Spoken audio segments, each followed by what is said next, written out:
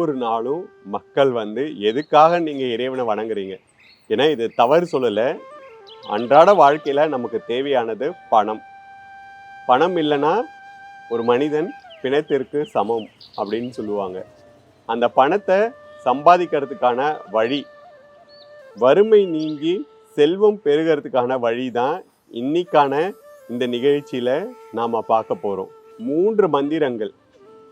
ஒரே ஒரு நாள் நீங்கள் செய்யக்கூடிய பூஜை உங்கள் வாழ்க்கையில் வறுமையை நீக்கிடும், செல்வம் வர ஆரம்பிச்சிடும். வாழ்க்கையில் நீங்கள் நினச்சி பார்க்க முடியாத அளவுக்கு ஒரு நல்ல இடத்துக்கு நீங்கள் போவீங்க.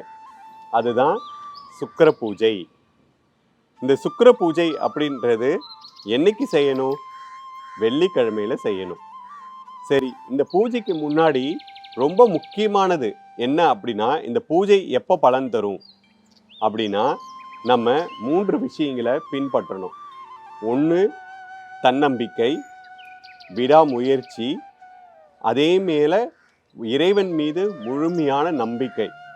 இது 3ஐயும் முதல்ல நாம் பின்பற்றணும்.